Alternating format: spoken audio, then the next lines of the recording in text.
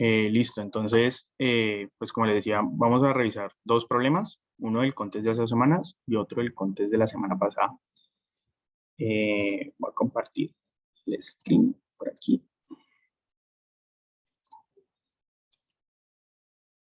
Listo.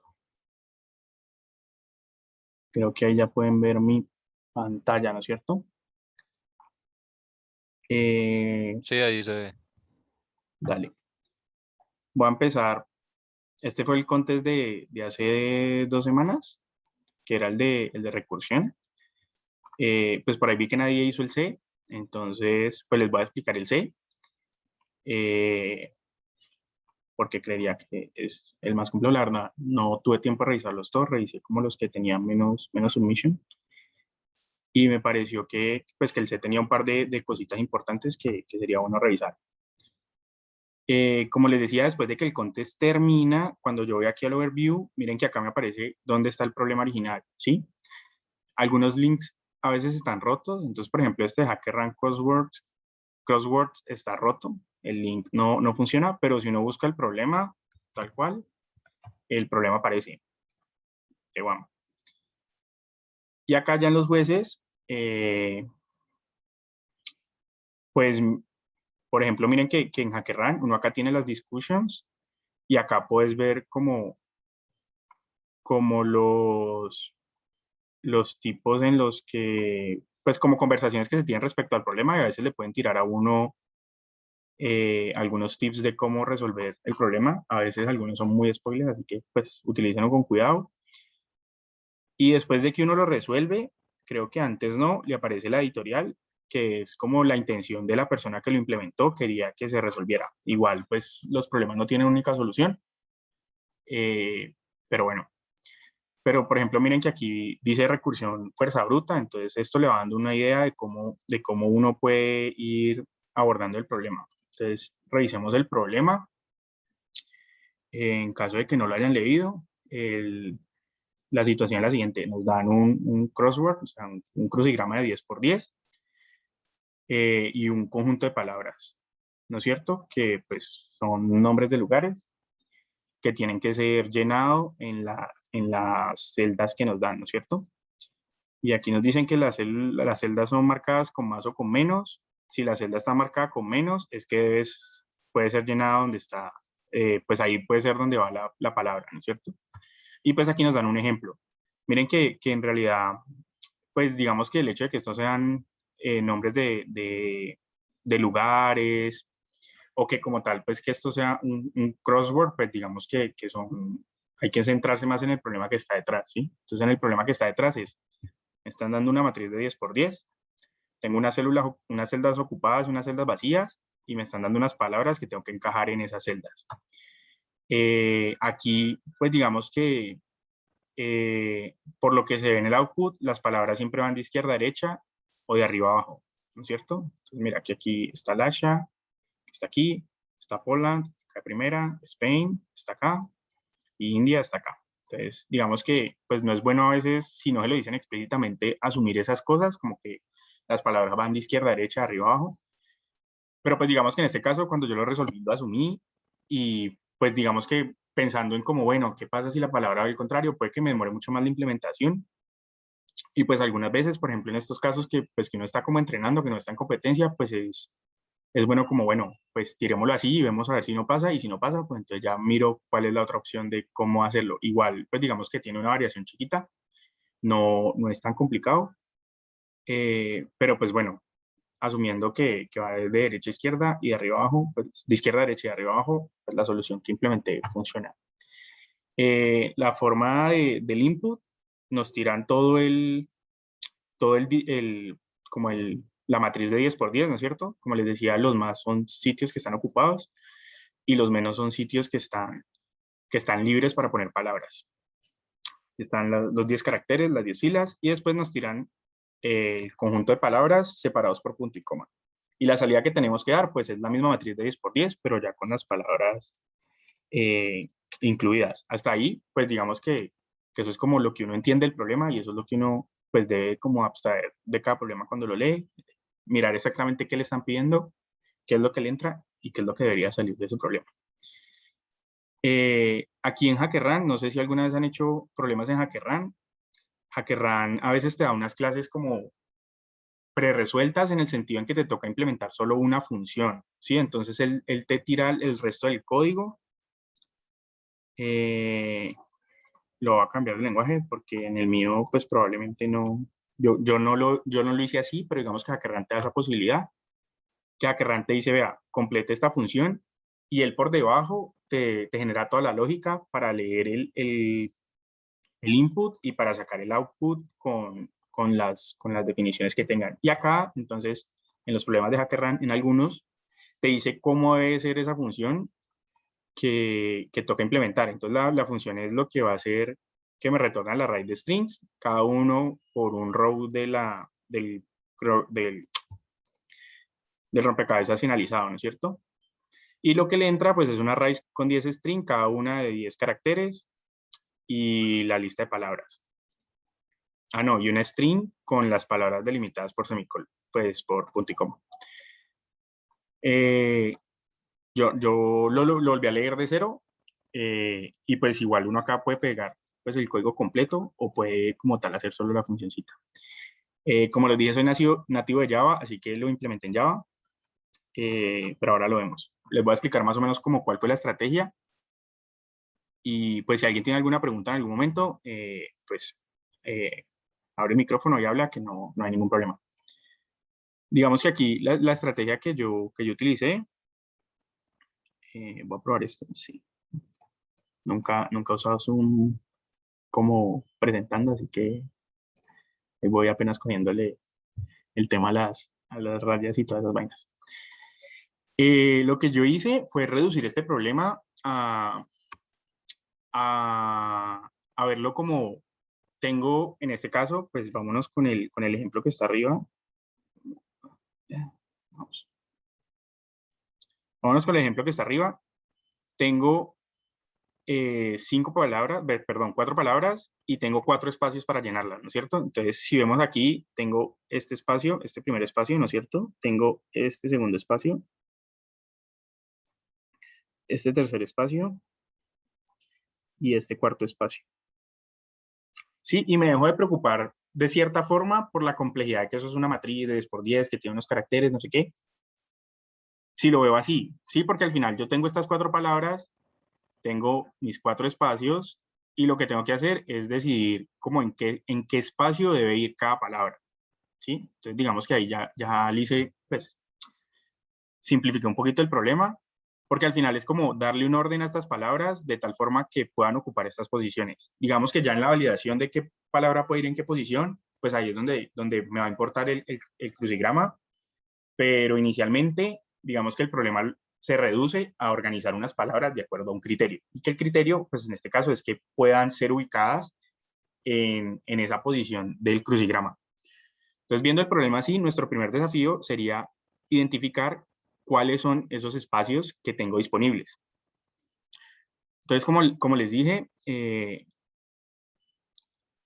la idea bueno, tengo que identificar esos espacios, ¿no es cierto? Entonces, lo que yo hice fue, ¿cómo identifico yo esos espacios? Pues porque tienen un carácter menos, ¿no es cierto? Porque empiezan, pues, con un carácter menos si yo recorro siempre la misma forma la matriz. Entonces yo dije, listo, voy a recorrer esta matriz siempre en el orden normal, de izquierda a derecha y de arriba a abajo, ¿sí?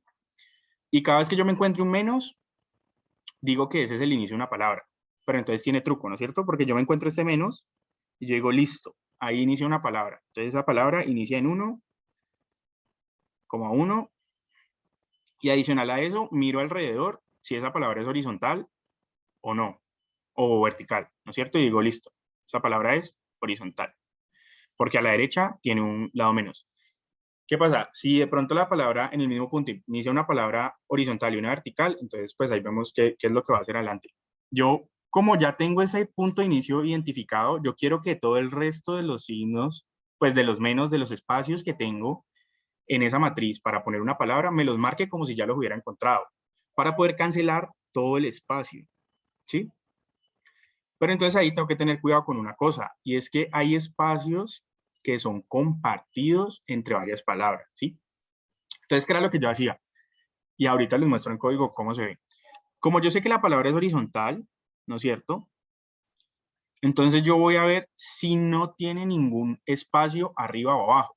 Porque si tiene un espacio arriba o abajo, quiere decir que esa posición, además de pertenecer a la palabra horizontal que estoy poniendo, también pertenece a una palabra vertical.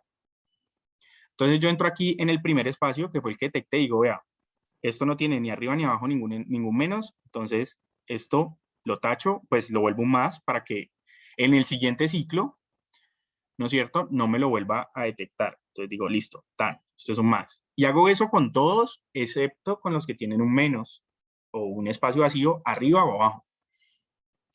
Entonces quito este, ¿no es cierto? Este no lo quito porque miren que como este tiene este menos acá abajo, quiere decir que esta celdita aquí también pertenece a otra palabra. Sigo tan, tan, tan, y adicional a eso, cuento el número como de celdas que tiene esa palabra. Entonces en este caso son 6. 6. ¿Sí? Y entonces ya tengo que mi primer espacio a llenar empieza en la posición en I1, en J1, es horizontal y tiene 6 letras. Y vuelvo y tiro el ciclo. ¿Cuántas veces tiro el ciclo? Pues cuántas palabras tenga, ¿no es cierto? Que en este caso, pues son 4. Entonces voy al segundo espacio. El segundo espacio sería este que está aquí, ¿no es cierto? Este que está aquí. Porque es lo mismo, yo empiezo siempre desde este origen y voy buscando de izquierda a derecha, arriba abajo, hasta que me encuentre el primer menos y digo que ese es el inicio de mi palabra. Esta que está aquí, entonces digamos que esto es IJ, J hacia la derecha y hacia abajo, entonces esto es 0, 1, 2, 3, 4, 1,4. ¿No es cierto? Y aquí miro, acá tengo un más, o sea, digo, esta palabra no es horizontal, sino que esta palabra es vertical. Y lo mismo, pongo más en todos los que no tengan menos al lado. Este no lo quito porque este tiene un menos al lado, o sea, quiere decir que esto hace parte de otra palabra y este también lo quito. Y ahí digo, listo, ¿cuántas letras tiene esto? Tiene 2, 3, 4, 5, si no me falla la cuenta. Alguien me pregunta por ahí, ¿las palabras dadas en la lista pueden ir en cualquier orden? Sí, pueden ir en cualquier orden. O sea, al final no, ni te las dan en un orden específico y pues te piden que busques una solución en la que los puedas poner, o sea que cualquier orden sirve. No sé si es a eso que te referís. Voy a dejar el chat por aquí. Listo. Busco la siguiente palabra, entonces lo mismo, izquierda, derecha, de arriba abajo. ¿Dónde está el punto? Pues el punto lo encuentro aquí. Tan, esta es mi tercera palabra. No tiene menos arriba porque acordemos que en la iteración anterior esto lo volví más. Entonces, más, más, más. Este no, este sí. ¿Cuántos espacios tengo en total? 1, 2, 3, 5 también, creo. 5 en total. Es horizontal. Y está en la posición 1, 0, 1, 2, 3, 4. Y está aquí 0, 1, 2, 3, 4 también. 3, 0, 1, 2, 3. 4, 3 y de tamaño 5. Y la última, pues la última ya es esta, que empieza aquí, ¿no es cierto? Entonces aquí sí ya pues todo queda vuelto más, más, más, más, más. Digo, estoy en la posición y estoy en el mismo 4. En J estoy en 0, 1, 2, 3, 4, 5, 6. La palabra es vertical y tengo 1, 2, 3, 4, 5 espacios, ¿no es cierto? 5 espacios. Y eso, pues miren que estos tamaños ya me dan un indicio de cuáles son las palabras que pueden ir ahí. Digamos que una vez yo ya tengo como computados estos puntos de inicio, que es donde van a ir las palabras, ahí sí ya, perdón, empiezo a poner a intentar poner cada una de las palabras en el espacio en el que corresponde. ¿Sí? Entonces, digamos que yo empiezo con Poland. Entonces, intento poner Poland en la posición 1. Entonces, pongo Poland aquí. Digamos que sí puedo, que de hecho sí puedo. Y este ejemplo va a ser trivial porque las palabras están en orden, pero bueno, digamos que las palabras las voy a recorrer de atrás hacia adelante, pero pues solo por el ejemplo práctico. Digamos que empiezo es con India. Entonces digo, listo, India la puedo poner en el primer lugar. Digamos que sí puedo, ¿sí? Voy a asumir por un momento que sí puedo, que India es de 5 letras, para poder seguir con el ejercicio. Entonces luego yo vuelvo y recorro todas las palabras, intento ponerlas en el segundo espacio. Entonces voy con Spain. Entonces digamos que Spain la puedo poner aquí, listo. Luego voy con Lasha. Lasha, digamos que Lasha no la puedo poner aquí. Entonces como Lasha no la puedo poner aquí, entonces digamos que Lasha no la puedo poner aquí. Intento con Poland, digamos que Poland tampoco la puedo poner aquí. Entonces me devuelvo, ¿sí? Y ahí era donde está el tema del backtracking que les explicaba Jason, creo que se llamaba, hace 15 días. ¿Sí? Entonces, como yo ya aquí no pude continuar, pues entonces me devuelvo acá y digo, listo, Spain no aquí, intentemos con la siguiente, entonces pongo el hash aquí, y acá vuelvo e intento con Spain, que me queda libre, y con Poland. Si no puedo con estas, pues entonces me vuelvo acá y pongo Poland. Si definitivamente con Poland no puedo, entonces me vuelvo a la anterior y pongo, en vez de India, pongo Spain. Y así voy haciendo como el backtracking, la recursioncita que me va intentando todas las combinaciones y me va trazando como esos caminitos, ¿no es cierto? Pues hay que pensar eso como si fuera un árbol de decisión y me va matando las opciones que no son disponibles. Entonces cada vez que le encuentro una opción que no es disponible, él se devuelve y mira si puede recorrer otra rama. Si no, pues entonces se devuelve y genera otra rama arriba. Si no, se devuelve y genera otra rama arriba. Si no, pues hasta el inicio y genera otra rama al inicio y él así va intentando todas las opciones hasta que encuentra una solución óptima. En este caso, la solución óptima es que pueda ubicar las 4 palabras, ¿sí? Entonces, pues ya con eso explicado, no sé si de pronto a alguien le quedó alguna duda más o menos de cómo se aborda el ejercicio, pues por lo menos conceptualmente. Miremos la implementación que hice en código. Voy a borrar aquí. Clear. Y vamos al código. Como les dije, Java. Espero que todos puedan entender Java. ¿Qué es lo que tengo aquí? Entonces, este es crossword, ¿no es cierto? Aquí tengo unas variables estáticas. Ahorita más adelante vemos para qué sirven, ¿no es cierto? Entonces, miremos. Lo primero que hago es que tengo el cross, ¿no es cierto? El crucigrama ese. Y pues que es un char de 10 por 10. Yo acá lo manejo con char de 10 por 10, pues en el problema en la función dice que se manejen como strings, pero bueno, pues sabemos que acceder a un string es lo mismo que acceder a un char. Y tengo otro char, ve, y tengo otra matriz de 10 por 10 que llamé crossTem. Entonces no sé si se acuerdan que yo les estaba diciendo que para poder ir marcando los puntos yo iba volviendo estos mases, ¿sí? Entonces estos mases no los quiero hacer en el cross original, porque si lo hago en el cross original, digamos que pierdo la forma de hacer la recursión, pues me tocaría como ir un poquito, perdería validación, ¿sí? Igual es posible, pero digamos que yo quise dejar uno limpio con los menos, que es en el que voy a intentar poner las palabras, y otro que es el de trabajo, ¿sí? Que es en el que voy marcando los más de las posiciones que ya encontré. Aquí leo, ¿sí? Esto es bueno que pues así como estrategias chiquitas. Como yo sé que necesito una copia, ¿no es cierto?, de este cross, yo lleno el cross y lleno la copia de una vez, ¿sí? Entonces así, digamos que en código me ahorro escribir otra iteración para hacer la copia o copiar por partecitas. Aquí van a ver arrays copy of. Esto lo que hace es generar un array nuevo con los mismos elementos.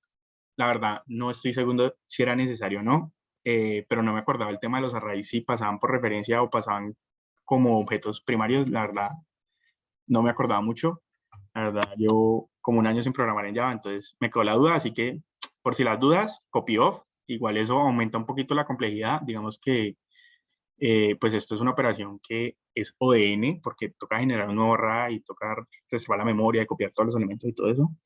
Pero pues como este problema chiquito de 10 por 10, pues se valen las malas prácticas. Si este problema fuera un input más grande, pues habría que buscar una forma óptima de hacer esto que no me consumiera tanto tiempo. Después leo las palabras, ¿sí? Y creo un arreglo de posiciones. Entonces miremos que estas palabras y estas posiciones las declaro como estáticas. pues para poder manipularlas dentro de la recursión sin necesidad de pasarlas por parámetro y todo eso. Pues eso me ahorra un par de palabras en los llamados, que si son muchos, pues eso es tiempo. O sea, escribir estas dos palabras, uno dice, ah, esos son segundos, pero pues al final a veces un first solve depende de una fracción de segundo. Y creé una clase de posición, ¿sí? Creé una clase de posición que está por acá abajo, ¿no es cierto? Que tiene un i, un j, un len, y si es horizontal o no, con su constructor y un toString para poder debuguear. Este toString, pues en competencia, a excepción de que en serio lo necesite, no lo hace, por lo mismo, eso es tiempo. Pero pues aquí quería debuguear lo que estaba haciendo, entonces por eso lo puse.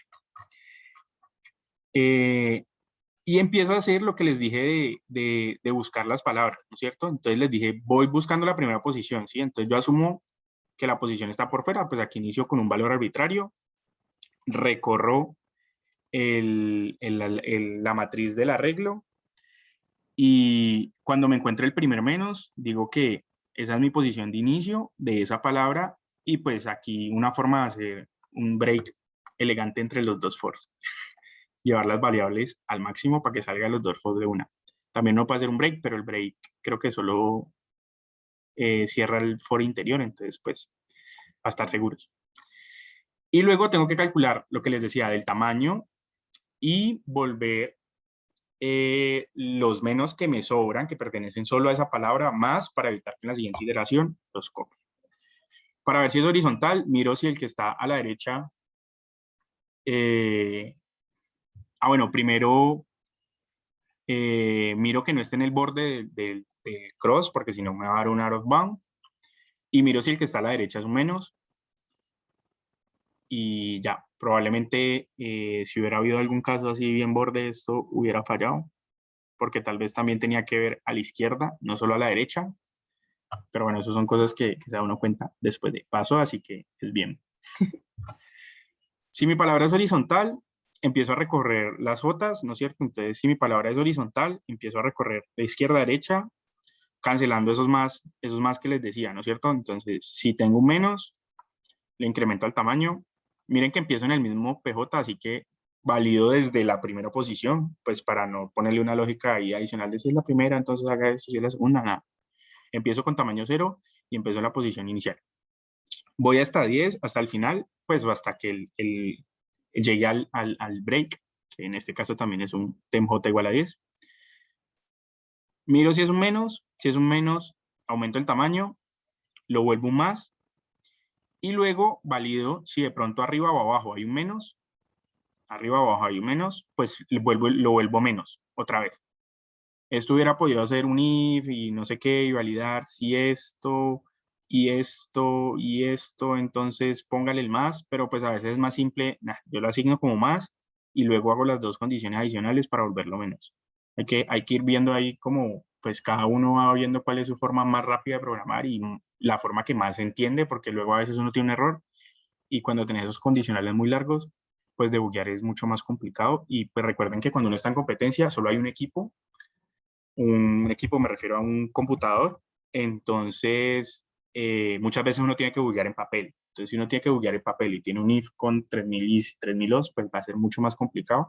Así uno divide esos if chiquitos que sabe exactamente qué están haciendo. Entonces, aquí lo que están haciendo es, si yo tengo un menos arriba o abajo, lo vuelvo menos y no me importa la decisión que tome antes.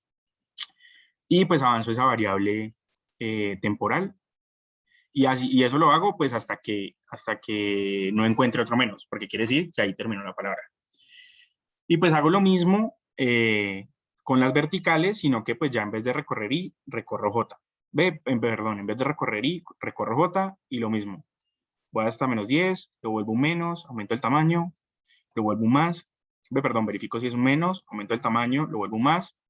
Miro si a la derecha o a la izquierda no hay. Si hay, pues entonces lo devuelvo a menos. Si no era un menos, entonces termino el ciclo y avanzo. Y después de que ya he hecho eso, pues agrego la posición, ¿no es cierto? En K. Miren que K está iterando por el tamaño de las palabras, porque en este caso tengo que tener igual número de palabras que de posiciones. Y ya, algo que aquí también hay que tener mucho cuidado cuando estén programando es el tema de los index out of bounds. A veces pasa mucho y uno no es capaz de verlo. Entonces miren que, por ejemplo, aquí siempre está la validación de que el -1, si yo tengo una variable y le estoy restando 1, que sea mayor o igual a 0, y si le estoy sumando 1, que sea menor que el tamaño del arreglo, para evitar que se desborde. Y una vez ya yo tengo las posiciones, ¿no es cierto? Creo un arreglo de posiciones de las posiciones de las palabras, o sea, este es el arreglo con las posiciones que tiene la matriz, y este es un arreglo en donde yo voy a poner para cada palabra qué posición le corresponde, ¿sí? Es donde yo hago el link, lo que les decía acá. Si yo tengo mis 4 palabras, pues entonces, ¿qué posición le corresponde a cada una de estas palabras en ese arreglo de posiciones? Lo inicio con -1. Esto es un marcador para decir que no he pasado por ahí. Normalmente uno elige un valor que no sea posible. Entonces, en este caso, como son posiciones del arreglo de posiciones, ahorita que lo leo no puede que no sea tan claro, pero yo pongo -1 porque al final pues no hay un índice -1. Y luego llamo la recursión. ¿Sí? La recursión se encarga de lo que les decía, de ir probando cada opción, viendo si es válida. Si no es válida, devolverse y probar la siguiente, devolverse y probar la siguiente. Y pues omitiendo lo que pasa por acá adentro, no, mentiras. Ya se los explico y después pues imprimo la solución como tal. Miren que aquí creé otro arreglo estático que se llama sol, que es el que me maneja el estado temporal del arreglo en cada una de las iteraciones, ¿sí? Entonces lo tengo estático para no, porque necesito un retorno que me diga si es válido o no, pero adicional a eso necesito el estado del crossword, ¿sí? Entonces esta es una estrategia que a veces funciona, que yo, en realidad, si yo estuviera en un lenguaje como Python, pues le pongo 2 retornos a la función y listo. Pero pues como Java no lo permite y pues para no crear una clase y todas esas cosas, pues yo creo una variable estática que me guarda ese estado que al final es el que tengo que imprimir y le pongo una variable de retorno, ¿sí? Yo también hubiera podido, después de tener este arreglo con las posiciones en las que deberían ir, pues reconstruir el crucigrama yendo a cada posición y llenando las letricas, pues ya sabiendo que es válido. Pero pues digamos que en este caso funcionó así de tener la variable estática. ¿Qué necesito para mi recursión? Entonces recordemos que lo que va a hacer mi recursión es ver si cada una de estas palabras cabe en cada una de estas posiciones, ¿sí? Entonces va a intentar Poland con la primera, con la segunda, con la tercera, con la cuarta. Luego va a intentar Lasha con la primera, con la segunda, con la tercera, con la cuarta. Y va a ir así avanzando. Entonces yo necesito saber qué posiciones ya he ubicado, ¿sí? Que es este que está acá. Current Post es la posición en la que estoy parado en este momento. Entonces tengo mis 4 posiciones disponibles. ¿Cuál es la posición que voy a llenar? Yo también lo hubiera podido hacer al contrario. En vez de llenar las posiciones, ver qué palabra iba en qué posición y hacer la asignación al contrario, pero pues digamos que esos son gustos y cada quien puede tirarlo de una forma u otra. Entonces necesito saber cuál es la posición en el arreglo de posiciones que estoy llenando en ese momento. Necesito saber cuáles palabras ya he puesto, ¿sí? O cuáles palabras, cómo es el estado actual de mis palabras. Entonces, si ya puse Poland en la primera, si ya puse Lash en la segunda, eso es lo que me lleva a este arreglo WordPost, me dice qué palabra está en qué posición. Y el estado actual del crucigrama, para poder hacer las validaciones de si la palabra me cabe, puede ir ahí o no.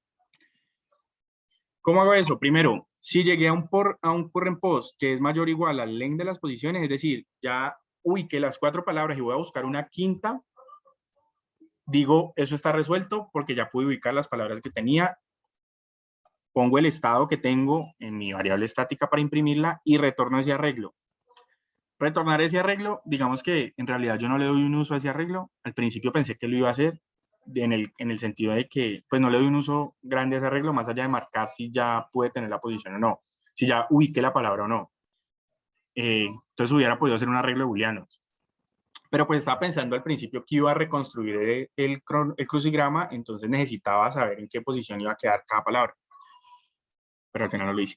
¿Y aquí qué hago? Listo, voy a recorrer el arreglo de palabras, ¿no es cierto? Entonces tengo current post, es la posición que va a llenar. Recorro mi arreglo de palabras. Y aquí es donde les digo que esto hubiera podido ser un booleano y no hubiera molestado. Si la posición de esa palabra, ¿no es cierto?, no la he llenado, y le hago una validación adicional, que es que el tamaño de la palabra sea igual al tamaño del espacio que estoy llenando. Esa validación no es necesaria en el sentido en que yo la puedo implementar con el if que valida,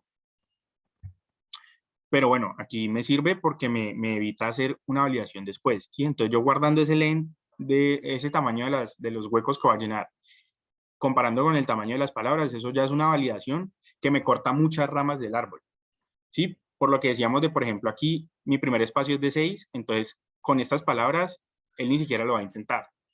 Y eso me corta toda esa rama. Y si yo hago un corte de esos muy temprano en un árbol, pues en realidad es mucha la complejidad que le estoy quitando a ese algoritmo. Eso lo hace, digamos que, un tris más greedy, porque él no va a probar todas las opciones, sino que va a probar solo algunas.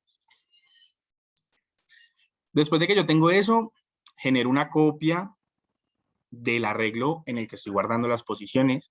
Genero una copia para que, si yo lo modifico, otra vez el tema de yo paso por referencia y modifico entre la recursión, cuando me devuelva, pues probablemente no esté en el mismo estado. Y yo necesito que para la siguiente iteración, o sea, cuando yo vaya a probar la siguiente palabra, el estado de mi recursión sea el mismo que para la anterior, ¿sí?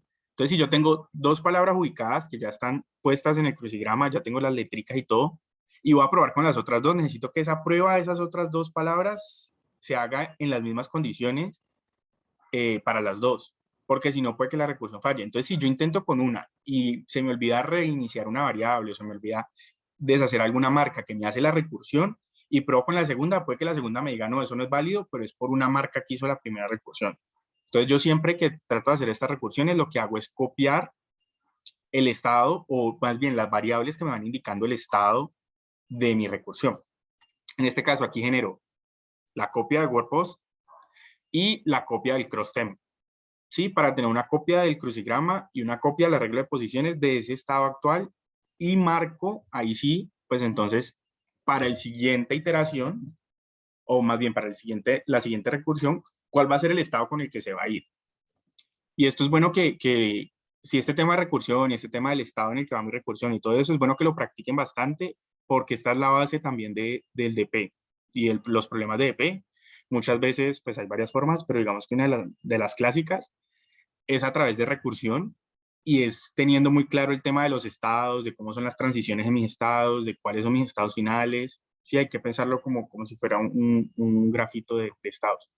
Entonces, miren que aquí este es mi estado final y es el estado que uno llamaría de aceptación, porque es cuando yo ya llegué. Y las transiciones, que es lo que voy a tirar, que son mis llamados recursivos, pues los hago con i+1. Por acá está, ¿sí? Entonces lo hago con mis marcadores de estado, ¿no es cierto?, que son el crucigrama y las posiciones de las palabras, y con el current post +1. Entonces, esta es mi transición entre un estado y otro.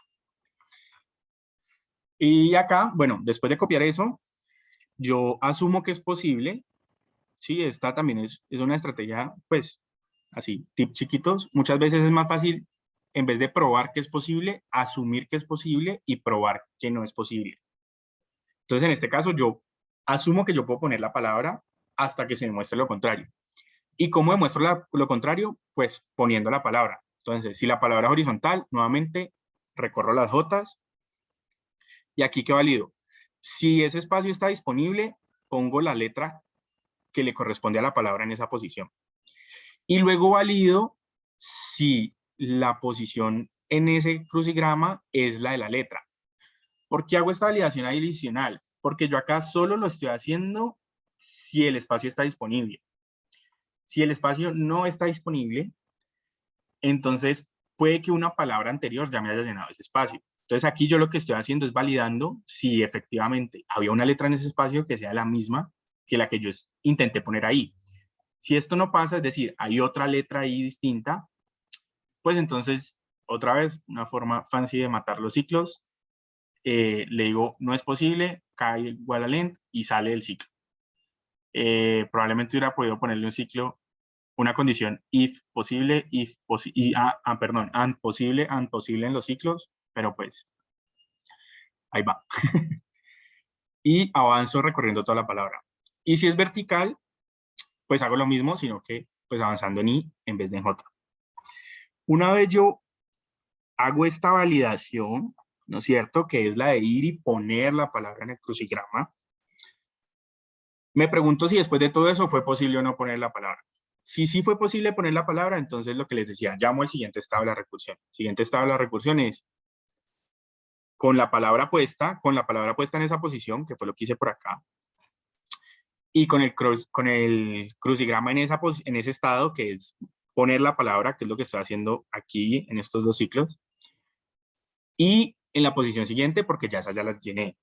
Y miro a ver cuánto me da eso, cuánto me da el resultado de la recursión. Entonces él va hasta las hojas, va matando las opciones que no son posibles y se va devolviendo. Y recordemos que si él llega al final, lo que él me va a retornar es ese arreglo con esas posiciones. Si no, por acá hay un null. En el peor de los casos, entonces, él no entró aquí, él hizo todo este for y nunca logró asignar esa variable, ¿no es cierto? Él me retorna un nulo y me dice, vea, eso no es posible. Entonces yo acá valido. Si la solución temporal es diferente null, o sea, es decir, encontré una solución, esa es la que retorno en este mismo estado de la iteración. Yo corto todas las ramas del árbol y evito que se sigan generando y empiezo a retornar y pues eso por los llamados recursivos se va a propagar de ahí para arriba. Si esto no entra aquí, no entra aquí, no entra aquí, entonces como les digo, retorno null. Entonces aquí, otra cosa importante de la recursión es, ¿cuál es mi indicador? ¿Sí? Que yo le doy de un llamado a otro para decir que funciona o que no funciona. En este caso, como es posible o no es posible, pues este null, no null me funciona. En algunos casos hay que retornar valores porque dependiendo del resultado de la recursión, yo tengo que operarlo de alguna forma en este nodo antes de enviarlo hacia arriba o antes de seguir probando cosas.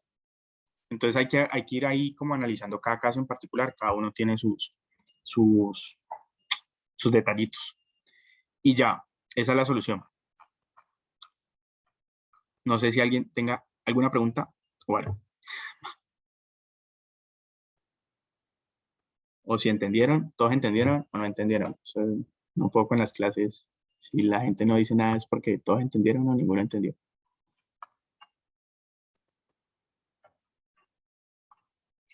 Bueno, voy a asumir que todos entendieron. Igual, pues ahí queda la grabación, yo la subo probablemente el viernes, por si algo para que la revisen. Porfa, intenten implementar el ejercicio sin ver el código como tal. Pues yo se lo expliqué muy detalladamente, pues por encimita, más bien. Pero igual intenten hacer su propia implementación siguiendo la lógica de lo que les he explicado, más que siguiendo el código de lo que he hecho. Igual si manejan otros lenguajes, pues mejor, porque así van a tener que implementarla más o menos de cero. Tengo otro problema por ahí para revisar del contest de la semana pasada, pero yo creo que mejor vamos con el tema. Igual no es muy largo y si nos queda tiempo, pues vemos el ejercicio de la semana pasada. Yo en la clase no, como tal, el tema que yo explico no lo utilizo en los ejercicios, pues porque me parece que es más chévere que ustedes se vayan así como trabajando con el tema, si mucho les tiro algo de código para que lo miren, pero pues para mí es más importante que entiendan como el concepto y cómo se utilizan los algoritmos y esas cosas, y más bien en estas clases de Upsolving, pues en estos pedazos de Upsolving que hacemos al principio, es donde vemos cómo se aplican los conceptos de la semana pasada. Si de pronto creen que no es la mejor forma y que tengo que explicarles el tema el mismo día, pues entonces lo hacemos. Pero pues a mí me parece que así funciona un poquito mejor, porque así ustedes llegan al contest con una base teórica y tienen que pensar un poquito más cómo hacer las cosas. Y pues yo creo que ese conocimiento que es trabajado, pues como que se interioriza un poquito más. Bueno, entonces vamos con la clase. La clase de hoy, pues en el planeador dice Dijkstra, pero pues vamos a ir un paso más adelante. Es algo para resolver algo que se llama Shortest Path Problem. Y porfa, recuerden la asistencia. Lo voy a mandar por el chat. Porfa, llénenlo ahí, 30 segundos. Mientras seguimos avanzando. Bueno, aquí está el Upsolving, que ya lo hicimos. Tenía la presentación lista y ordenada y la salté. Bueno,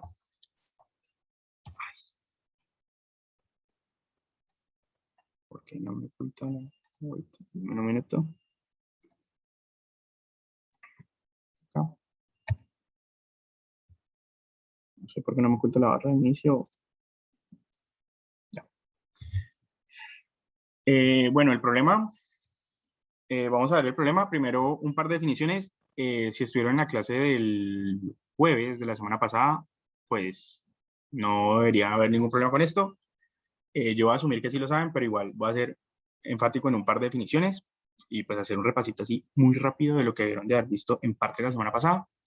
Entonces, empecemos con grafos, vértices y aristas, ¿sí? Pues como saben, o pues como les dijeron en la clase del jueves de la semana pasada, un grafo es una estructura de datos, ¿sí? Que está compuesta básicamente por vértices y aristas.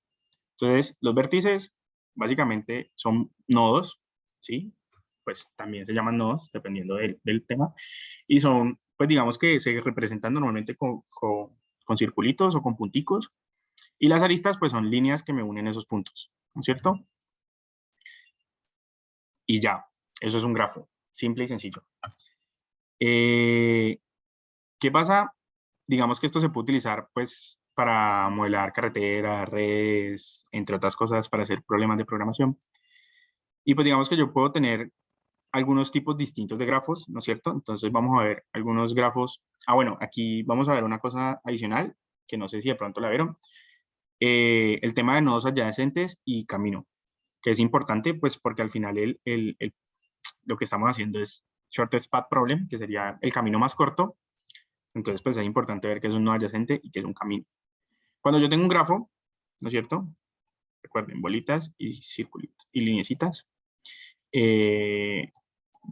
Casi uno siempre los pinta conexos, pero pues no necesariamente los grafos son conexos. Eso quiere decir que no necesariamente todos los vértices se conectan entre ellos. ¿Sí? Dos nodos adyacentes son dos nodos que están directamente conectados por una arista. ¿Sí? Entonces, por ejemplo, este nodo y este nodo son adyacentes, este nodo y este nodo son adyacentes, este nodo y este nodo son adyacentes, y pues ya estos dos no son adyacentes, y pues este no es adyacente a ninguno porque no tiene ninguna arista que sale o que entra a él. Entonces, ¿cuál es el tema? Nodos adyacentes están conectados por una arista directamente. Un camino, ¿no es cierto? Entonces es una secuencia de nodos adyacentes que me conecta un nodo con otro. Entonces, si yo tengo este nodo acá, A, ¿no es cierto? B, C y D. Yo les digo, vea, yo tengo un camino entre A y D, que son el nodo B, C, D. ¿Sí? Eso es un camino entre A y D. Entonces, como esa secuencia de nodos que a través de las aristas puedo llegar de un nodo a otro. Si yo tuviera otra arista aquí, entonces yo ya no solo tengo un camino entre A y D, sino que tengo, de hecho, muchos caminos entre A y D. Y yo puedo decir, bueno, yo tengo un camino que es A, B, D, ¿sí? O tengo otro camino que es A, B, C, D. Y pues incluso como esto es un ciclo, yo puedo tener un camino que sea A, perdón, tengo que entrar al ciclo antes de poder tirarme el ciclo.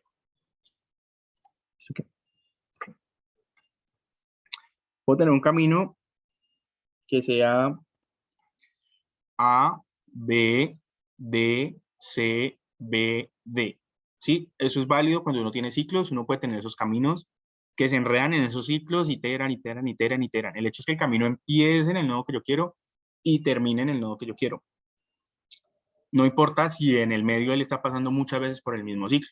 Entonces ahí es donde entra el tema de camino más corto, ¿no es cierto? Entonces si yo tengo este mismo grafo, que era lo que estábamos viendo, pues yo digo, pues yo no voy a ir a B, C para llegar a D, sino que yo voy directamente a B, D. Y mucho menos voy a ir a dar vueltas, 3, 4, 5, 10 vueltas hasta llegar a D, ¿sí? Entonces, camino más corto, encontrar un camino, en principio entre dos nodos, que sea el más corto posible del grafo.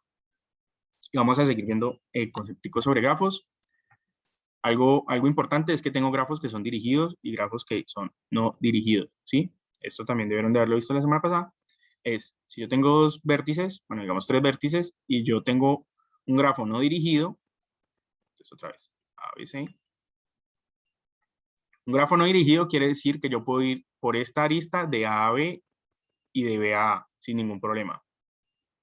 Si por el contrario yo tengo un grafo dirigido, ¿sí?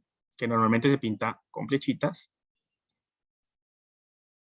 Entonces, en este caso, yo puedo ir de A a C o de A a B, pero no me puedo devolver, ¿sí? Digamos que en la vida real, la mayoría de los mapeos que se hacen, pues son grafos no dirigidos y pues tiene como sus diferencias, especialmente en algunos algoritmos, donde pues hay algunos algoritmos que se pueden hacer en unos y en otros no, o que tienen estrategias distintas. Otro concepto, un grafo denso y un grafo disperso. Entonces, un grafo denso, y no tiene que ver específicamente con la cantidad de vértices, sino que tiene que ver con la cantidad de aristas, ¿sí? Entonces, si yo tengo un grafito por aquí de 5 vértices y yo tengo muchas conexiones entre ellos, ¿sí? Yo tengo esto así, y este por acá. Sí, entonces miren que por ejemplo aquí tengo solo 5 vértices y tengo 1, 4, 8, 10 aristas. Entonces yo digo que esto es un grafo denso, un grafo densamente conexo, porque tiene muchas aristas entre ellos. Contrario, si yo tengo un grafo disperso, pues lo que va a pasar es que yo tengo, por ejemplo, así, y eso es un grafo disperso, porque tengo en realidad pocas aristas entre ellos. Ojo que el concepto de disperso no tiene nada que ver con el concepto de conexo o condenso, ¿sí? Normalmente, pues los grafos densos, como tienen muchas aristas, son conexos, pero no necesariamente. Yo puedo tener dos bloquecitos de nodos con muchas aristas que nunca se conectan entre ellos, y eso se puede ver como un grafo denso, pero conexo. Y yo puedo tener un grafo disperso como este, que es conexo, así como puedo tener un grafo así, pues que es disperso y que es no conexo. El tema de conexo, que lo he dicho varias veces y no lo he explicado, pues es que exista un camino entre cada par de nodos. ¿Sí? Entonces un grafo es conexo si yo puedo viajar de un nodo, de cualquier nodo a cualquier otro nodo. En ese caso, el grafo uno dice que es conexo. Si el grafo es no dirigido, pues normalmente un grafo conexo, el grafo más chiquito conexo que uno encuentra es un árbol o algo parecido a un árbol. ¿Sí? Que va a tener n vértices y n-1 aristas. Entonces, ese tipo de grafos, si son conexos, pues uno dice que es un árbol. Y no pensemos en el concepto tradicional de árbol, porque árboles, por ejemplo, como este, que uno diría, eso no es un árbol, pero pues conceptualmente sí es un árbol, porque tengo un grafo conexo con n vértices y n-1 aristas. Voy a decir algo más, pero creo que se me olvidó.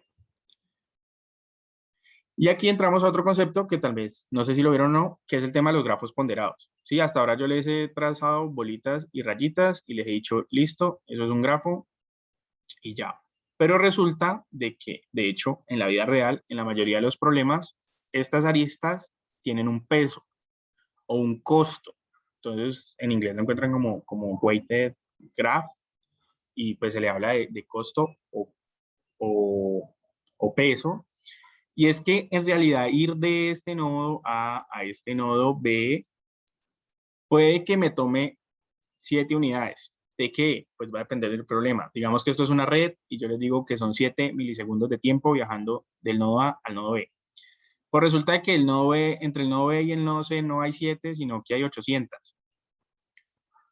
Porque estos dos nodos están, no sé, otra vez una red, están en la misma ciudad, pero resulta que este está al otro lado del mundo. Y entre el nodo C y el nodo D hay una, porque están uno al ladito del otro, y entre el nodo D y el nodo B hay, no sé, 50, porque está ahí más o menos lejitos. Entonces, cuando yo ya no tengo un peso, o cuando ya viajar de un nodo a otro no tiene un costo estándar, no vale lo mismo, digamos que en los otros grafos que he pintado, pues uno puede decir, eso es un grafo ponderado con peso 1, donde todas las aristas valen 1, pues eso no es un grafo ponderado.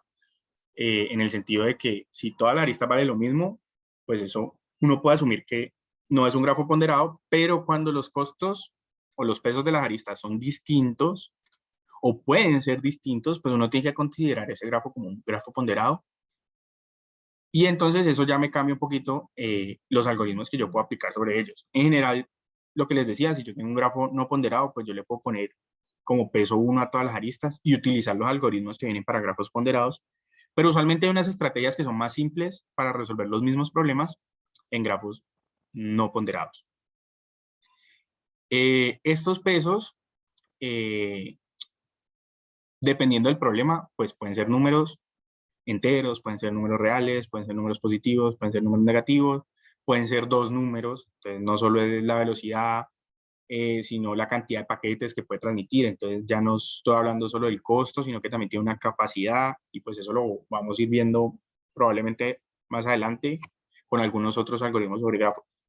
Grafos es un tema usualmente muy importante en las competencias, porque digamos que tiene unos algoritmos que uno ya conoce, y les digo conoce porque uno sabe aplicarlos, sabe el concepto que está detrás, pero eso no implica que uno pueda implementarlos de memoria.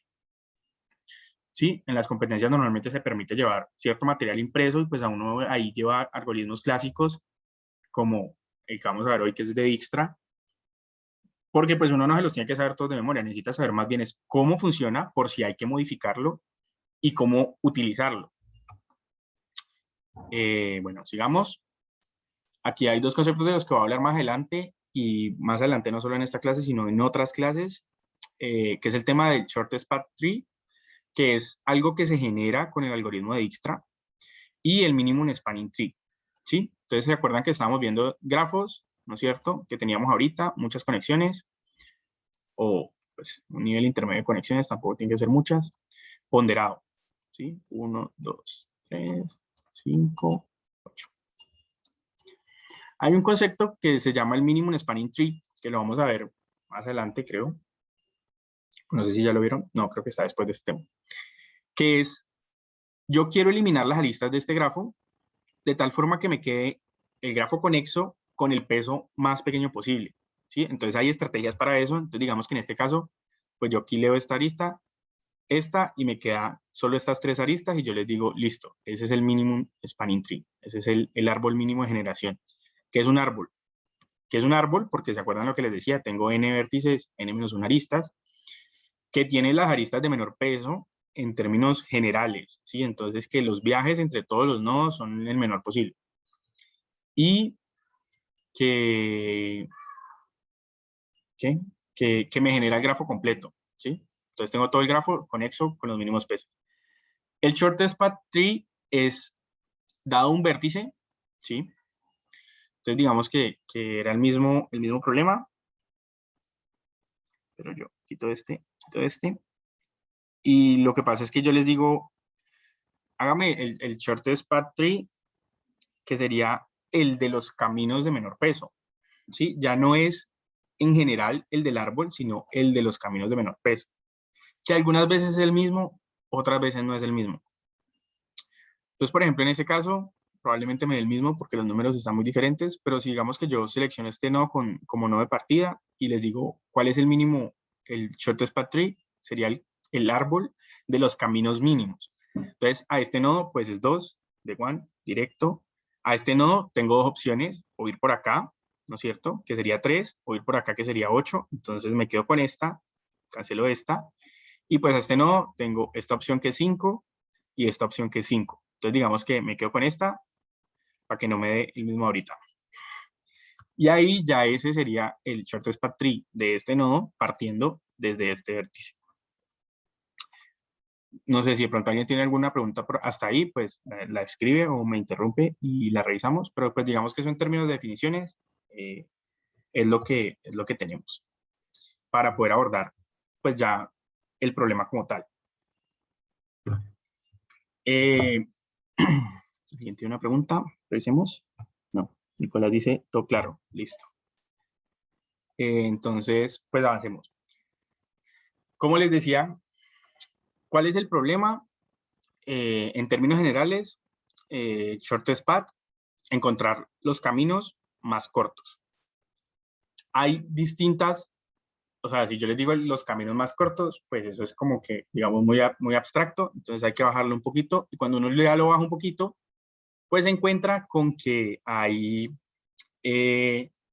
distintas versiones del mismo problema, ¿sí? En el sentido en que conceptualmente yo sigo encontrando el camino mínimo, pero no estoy encontrando el mismo, o no estoy encontrando más bien la misma forma del camino mínimo. Entonces, ¿qué opciones tengo? Tengo un Single Source Shortest Path Problem, ¿no es cierto? Que por ahí va a aparecer como SSP, que es, yo quiero los caminos mínimos, ¿no es cierto?, entre un nodo de origen y todo el resto de nodos del grafo. Obviamente todo el resto de nodos del grafo que estén conectados a ese origen, porque pues si no están conectados, no tengo camino, no puedo encontrar el mínimo. Y pues digamos que lo mismo aplica para todo, para los nodos que estén conectados a ese nodo. Entonces, parto de un nodo, ¿sí? Y quiero ver a todos los otros nodos cuál es el camino mínimo. Esa es una versión. Hay otra versión que es el Single Pair Shortest Path Problem. Entonces ya, yo no quiero de un nodo a todos, y asumamos que por aquí hay otras conexioncitas, muchas. Yo ya no quiero el camino mínimo de un nodo con todos, sino que quiero el camino mínimo de entre un nodo y otro. Y bueno, ahorita vemos como qué algoritmos se utilizan para cada uno. Hay otra versión que ya no es yo quiero ir de un nodo a todos los nodos, sino que es single destination, ¿sí? Entonces ya no es yo no quiero ir de este nodo a todos los nodos, sino que quiero calcular la distancia mínima de todos los nodos hacia este nodo. Y digamos que este problema del single path y del single source difieren si mi grafo es dirigido. Si mi grafo es no dirigido, pues va a dar lo mismo. ¿Por qué? Porque si yo tengo aristas bidireccionales donde puedo ir de un lado a otro y me puedo volver, pues al final el camino mínimo entre este y entre este y cualquiera que esté por acá, ¿no es cierto? Pues va a ser el mismo, porque no importa si yo voy o vengo. Pero si yo tengo un grafo dirigido, puede que sí cambie. Y pues ahí vemos cómo lo abordamos. Y hay otra opción de este problema que es All Pair Shortest Path Problem. Y este hay que tenerlo en cuenta porque algunas veces el problema, por ejemplo, me tira queries. Entonces me dice, no, yo tengo este grafo, no sé, de ciudades con los costos de los boletos. Y alguien está buscando y entonces él quiere ver cuál es el costo mínimo, no sé, entre Cali y México DF, pero también quiere ver cuánto es entre Cali y Moscú, o quiere ver entre Nueva York y España, y te va a hacer 800 preguntas sobre ese grafo hasta que se decida tomar una decisión, pues llevándolo como un problema así normal. Entonces, algunas veces cuando yo tengo muchos de estos problemas, ¿sí?, donde me van a hacer muchas preguntas sobre muchos pares de vértices, pues es más económico calcularlos todos.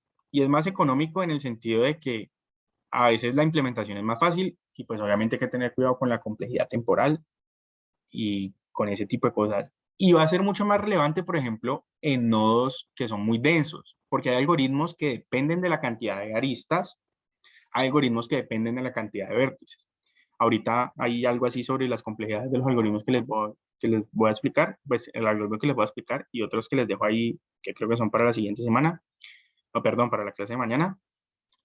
Que lo que va a pasar es que si, por ejemplo, mi algoritmo depende mucho de la cantidad de aristas, entonces recordemos que la cantidad de aristas máxima de un nodo, de un grafo que sea completamente conexo es n, porque tengo n vértices, y yo esos n vértices los puedo conectar con n-1 vértices. Entonces yo puedo tener aristas del orden de n cuadrado en un grafo muy denso. Entonces yo tengo un grafo muy denso y el algoritmo que estoy utilizando depende de la cantidad de aristas, pues puede que el algoritmo, pues puede que la solución del problema se me cuelgue en tiempo por ese detalle. Entonces hay que buscar un algoritmo que no dependa de la cantidad de aristas.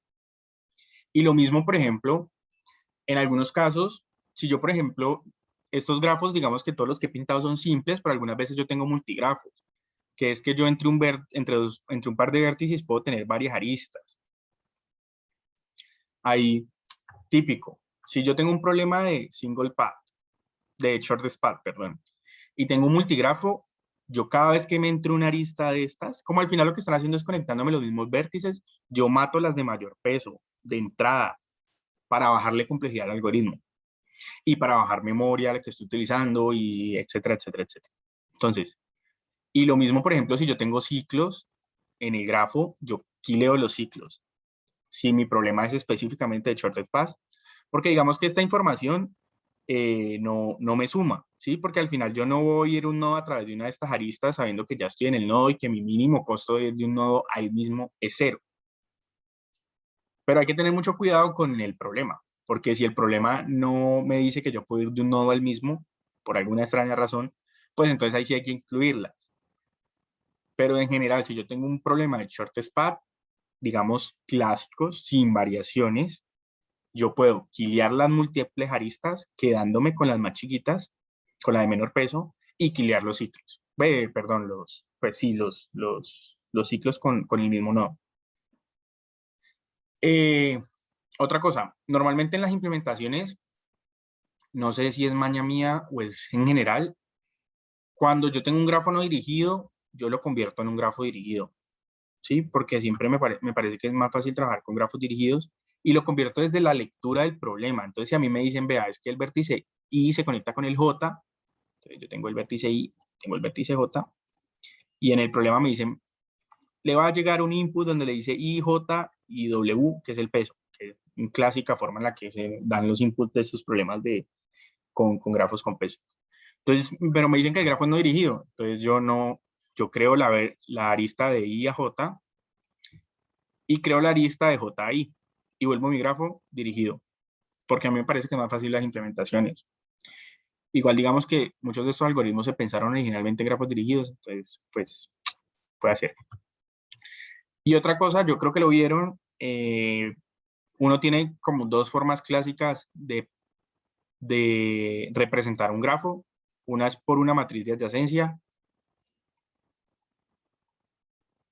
¿no es cierto? Donde yo acá tengo mis vértices A, B, C, D, perdón, A, B, C, D. Y en cada una de estas celdas pongo, pues en este caso, por ejemplo, el peso de ir de una celda a otra. Entonces, si yo tengo un camino de A a B que vale 2, pues lo pongo aquí. Si yo tengo un camino de B a C que vale 3, pues lo pongo aquí. Si yo tengo un camino de C, no sé por qué me quedó, estas matrices son cuadradas. Si yo tengo un camino de C a D que vale 5, pues lo pongo aquí. Y esto es una representación del grafo en matriz, ¿no es cierto? Y hay otra forma que son listas de adyacencia. Yo normalmente utilizo listas de adyacencia. En espacio ocupan menos espacio y en algunas ejecuciones son un poquito más rápidas, porque al final, si yo, por ejemplo, quiero buscar todos los caminos desde A, en la matriz me toca recorrer todos los vértices, ¿no es cierto? Mientras que si yo tengo una lista de adyacencia donde yo tengo BA, para A tengo que me conecta con B con un peso de 2, para B tengo que me conecta con C con un peso de 3, y para C tengo que me conecta con 5 con un peso de 5, B, perdón, con D con un peso de 5, y yo voy a buscar todos los nodos en los que voy desde A, pues solo va a recorrer los vértices en los que están relacionados. Que si mi grafo no es muy denso, van a ser mucho menos, ¿sí? Porque mi grafo no es muy denso. Entonces voy a tener pocas aristas, entonces cada vértice se va a relacionar con pocos vértices. Si mi grafo es muy denso, puede que la implementación sea mucho más fácil en una matriz.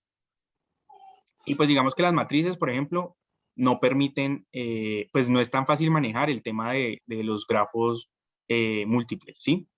Mientras que las listas sí, porque pues yo simplemente le añado otro aquí, otro B y digo listo, 5, y ya él va a tener en cuenta los dos pesos, pues para los problemas que requiera manejar eh, los grafos con los multigrafos. Ese es en términos generales el problema con sus variaciones. Vamos a ver cómo se aborda. Si yo tengo un grafo no ponderado, que era lo que veíamos que no tienen pesos o que todas las aristas tienen el mismo peso, ahí también el hecho de que si yo tengo un grafo con todas las aristas del mismo peso, pues entonces yo lo puedo manejar como un grafo no ponderado. Y tengo un problema de shortest path problem o de single path problem, de single source shortest path o de, bueno, cualquiera de los anteriores. La forma más fácil de hacerlo es con un BFS. Una búsqueda en anchura, que creo que la vieron la semana pasada, ¿sí? Que es donde yo voy del grafito, voy recorriendo todos sus vecinos y luego voy al siguiente y recorro todos sus vecinos y voy al siguiente, pero al siguiente del primero que cogí y recorro todos sus vecinos.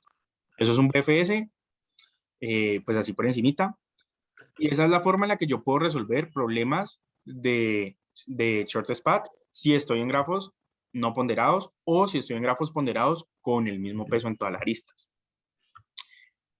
Este grafito tiene una complejidad E más B, donde es el número de vértices o de nodos y B es el número de aristas. Ahorita que lo pienso, tal vez debe haber utilizado otras letras. Bueno, okay.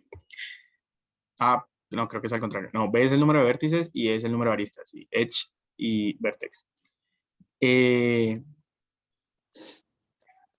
Si yo tengo un problema de single path, ¿cuál era? Single pair.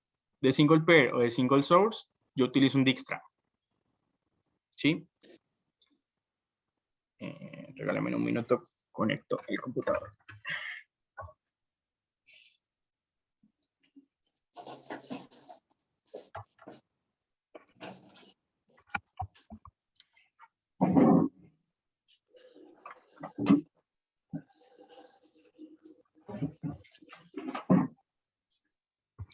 Listo. Entonces, si yo tengo un problema de single pair o de single source, o sea, es decir, voy a averiguar solo dos vértices o averiguar de un vértice a cualquier otro, yo utilizo un Dijkstra. Que dependiendo de la implementación, puede ser B cuadrado o B más B por log B. ¿Sí? O sea, la cantidad de vértices o la cantidad de aristas más la cantidad de vértices por el logaritmo de la cantidad de vértices. Y pues esto ya más adelante vamos a ver, dependiendo de la implementación, de qué varía esta cosa. Si yo tengo un single destination, lo mismo, yo utilizo un Dijkstra, pero lo que hago es que cuando estoy leyendo, invierto las aristas. Y entonces yo al invertir las aristas, pues ya convertí un single destination en un single source. Si yo tengo un all pair, hay dos opciones.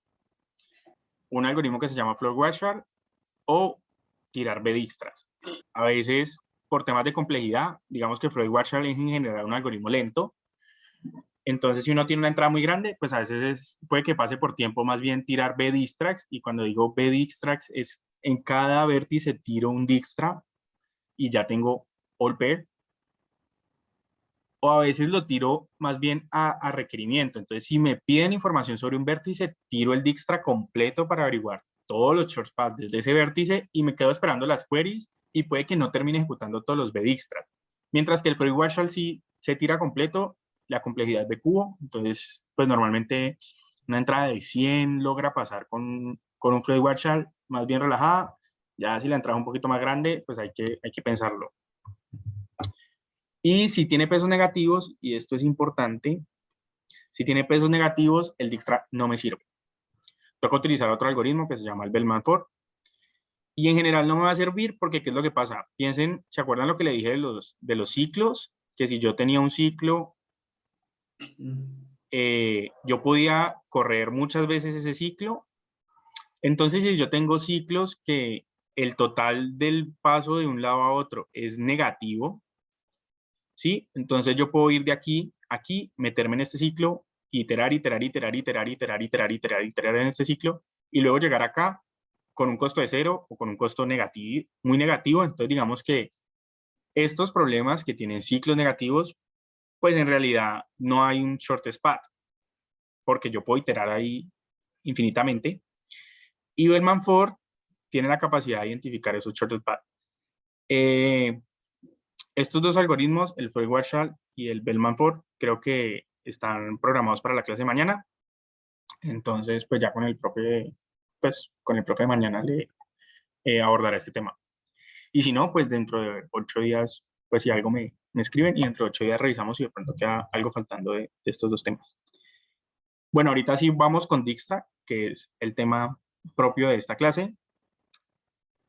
Y Dijkstra es un algoritmo que fue inventado, creado y publicado por Edsger Dijkstra que era un ingeniero holandés. El algoritmo fue publicado en el 59.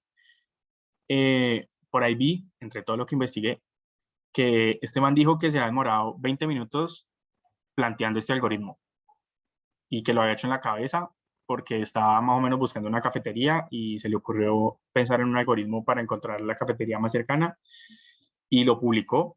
Y de hecho dicen que la publicación es muy clara y sigue estando vigente porque como él hizo todo eso en la cabeza y lo hizo en 20 minutos, entonces es como que el nivel de abstracción que tuvo para explicar el algoritmo es muy bueno. Es similar al PRIM que se utiliza para hacer MSTs, ¿sí? Entonces por eso fue que les dije lo del MST. Para MSTs hay un algoritmo que se llama PRIM, que es muy similar al Dijkstra. Y como les decía antes, no funciona con pesos negativos, ¿sí? Si yo tengo pesos negativos, vaya. Aquí no lo puse, no lo puse. Este algoritmo es un tipo de algoritmo que se llama greedy, ¿sí? Entonces, los algoritmos greedy, digamos que son una versión optimizada de los algoritmos que evalúan todas las opciones, en el sentido en que él toma unas decisiones, y pues digo toma unas decisiones es porque está programado para hacerlo, que son óptimas, ¿sí? Entonces él en cada punto está optimizando la decisión que tomó o la decisión que tomó anteriormente. Entonces ahí les voy a ir explicando cuál es la parte greedy de Dijkstra, pero eso es como el contexto que tenemos sobre Dijkstra. Vamos a verlo, pues, en un ejemplo, con la implementación y cómo, pues, vemos un ejemplo como teórico, el pseudocódigo, y luego vemos una implementación. Entonces, digamos que tengo este algoritmo, perdón, que tengo este grafo, ¿no es cierto? Que tiene 7 vértices y no sé cuántas aristas. 1, 2, 3, 4, 5, 6, 7, 8, 9 aristas, ¿sí? Con sus respectivos pesos. Ah, perdón, tiene 8 vértices. Siempre que va del 0 al 7. Y sus aristas. Esta es la representación pues como gráfica del grafo. Y esta es la representación por listas de adyacencia, ¿sí? Entonces, para que lo tengan en cuenta, normalmente, pues cada quien tiene su implementación. Pero por lo general lo que yo hago es que yo tengo una lista con mis vértices, con mis indicadores de vértices, y lo que le agrego, pues es un par de enteros, o pues dependiendo de cómo esté construido el grafo, donde tengo el vértice de destino, ¿no es cierto? Y el peso, ¿sí? Y pues así lo implemento, para que lo tengan en cuenta pues cómo se suelen implementar los grafos como listas de adyacencia. ¿Qué necesito para implementar un Dijkstra, o pues también para correr el algoritmo de Dijkstra? Necesito un arreglo, ¿no es cierto? Donde tengo todos los vértices, en donde en esos vértices voy a tener la distancia al vértice. Y esta distancia toca verla desde el punto de inicio al vértice. ¿Sí? Entonces, si por ejemplo yo aquí tengo, no sé, digamos que yo digo que mi punto de inicio es este vértice 1, digo listo, este es mi punto de inicio. Y digo, bueno, para el vértice 3, ¿sí? Entonces, esta es fácil. Para ir del vértice de inicio, que es el 1, ¿no es cierto? Entonces, la distancia del vértice 1 al vértice 1, pues va a ser 0. Y la distancia del vértice 1 al vértice 3, pues va a ser 7. Y eso es lo que yo almaceno en esta tabla. Esta tabla es temporal. O sea, no, si yo no he terminado de correr el Dijkstra, no tiene la distancia mínima, sino que tiene la distancia mínima que él ha encontrado hasta ese momento. ¿Sí? Entonces, para que lo tengamos en cuenta, adicional a eso, que necesito un set de visitados o una forma de marcar los visitados. Puede ser un arreglo booleanos, puede ser un bitset, puede ser un entero, si los vértices son chiquitos, a punta de bitmax, como vimos la semana pasada. Y ojo con esto, si yo necesito reconstruir el camino, porque muchos de estos problemas solo me piden la distancia. ¿Cuál es la distancia entre el vértice 1 y el vértice 80? Yo la calculo y eso es lo que retorno y salió mi problema. Pero en algunos casos me van a pedir que reconstruya el camino. Entonces no solo me piden cuál es esa distancia, o incluso puede que no me pidan cuál es esa distancia, pero sí me pidan cuál es el camino más corto entre un vértice y otro. Entonces, si eso pasa, lo que yo tengo que hacer es manejar, adicional a esta matriz de distancias mínimas, perdón, este arreglo de distancias mínimas, manejar un arreglo del padre.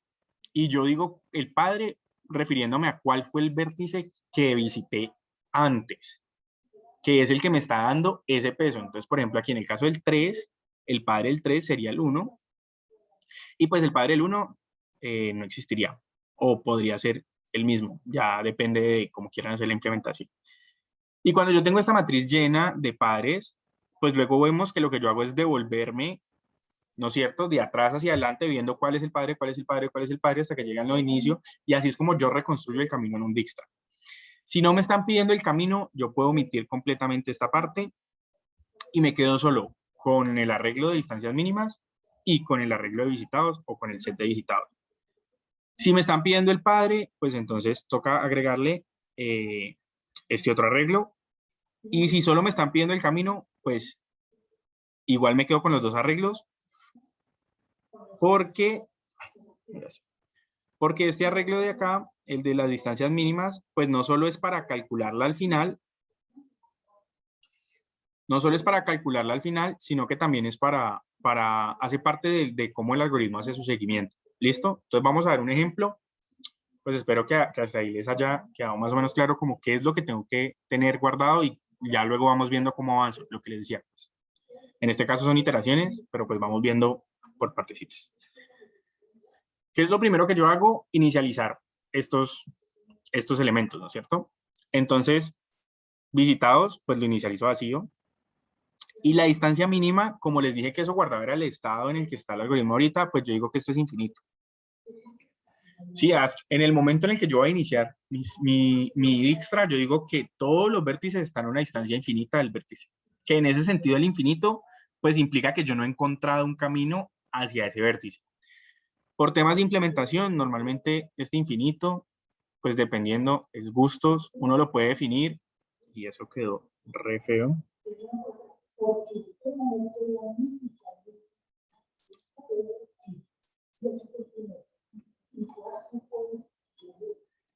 Este infinito yo lo puedo definir o por ejemplo este infinito podría ser mi cantidad de aristas por mi peso máximo, y ese es mi infinito, tiene que ser un número que no sea alcanzable, o por lo general lo que uno hace es, pues ustedes saben, por lo que vimos ahorita, la semana pasada, que las variables tienen un máximo, ¿no es cierto?, que es 2 a la n menos 1, menos 1.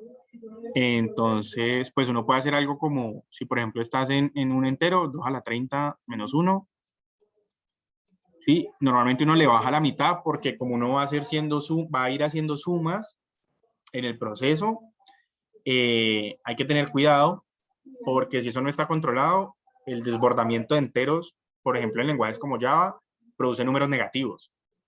Entonces, si yo voy a hacer una comparación de que esa suma de dos infinitos sea muy grande y me da un número negativo, pues se me va a tirar todo el algoritmo. Entonces hay que tener cuidado con cómo se define este infinito. Como les digo, normalmente uno tira por aquí o tira un número muy grande, 10 a la 7, dependiendo del contexto del problema y dependiendo de la variable que esté utilizando para almacenar esos pesos. Y ya luego, pues digamos que como parte del problema adicional al grafo, pues a uno le entra cuál es un nodo de inicio. Entonces, para este ejemplo, digamos que el nodo de inicio es el 4, y lo que yo voy a hacer es inicializar o modificar esta matriz, ¿sí? Entonces, ¿cómo modifico eso? Bueno, aquí los padres lo inicialicé, pues digamos que vacío, es un tema de implementación, puede inicializar en null, o puede inicializar en -1, o lo que sea. Pues tiene que ser algo que no esté dentro del espacio de cosas que yo voy a poner ahí para luego no confundirme. Y pues es tema de implementación, de saber cuánto le pusimos y cuánto voy a ir a buscar.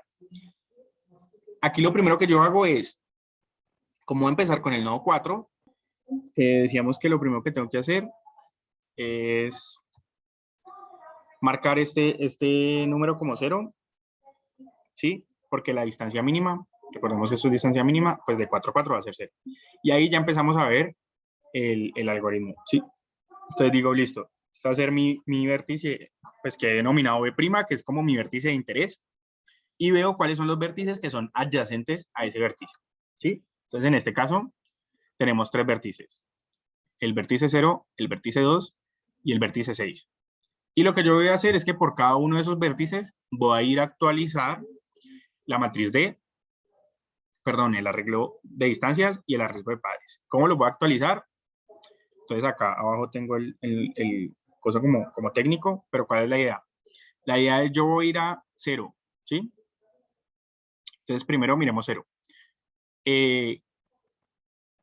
¿Cuál es la distancia del vértice en el que estoy al vértice de origen? Entonces esa la tengo acá, ¿no es cierto? Que es 0. ¿Cuál es la distancia del vértice en el que estoy al vértice de interés? Que en este caso sería perdón, sería 0, pues es 2. ¿Sí? Entonces tengo que por ese camino es 0 más 2. ¿Y cuál es la distancia mínima que he encontrado hasta ahora entre el vértice de origen y 0? Que la tengo acá, infinito. ¿Sí?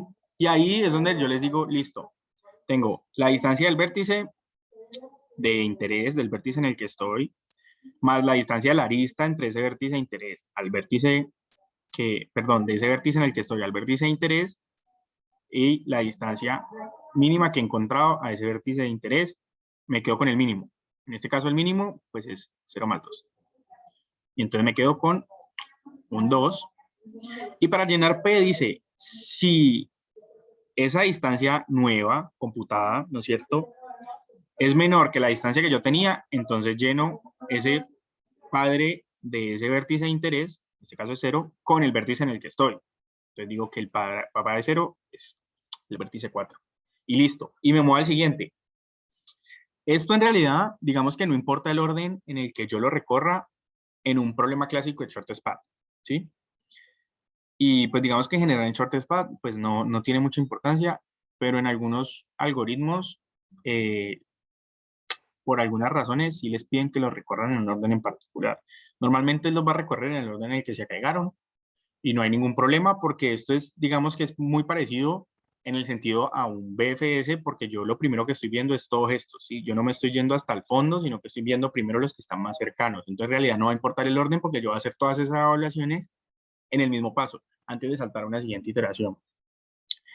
Para mi siguiente vértice de interés, que es el 2, entonces hago el mismo ejercicio. 0, ¿no es cierto? Que lo tengo acá, más el 5 que lo tengo acá, me va a dar 5, versus infinito.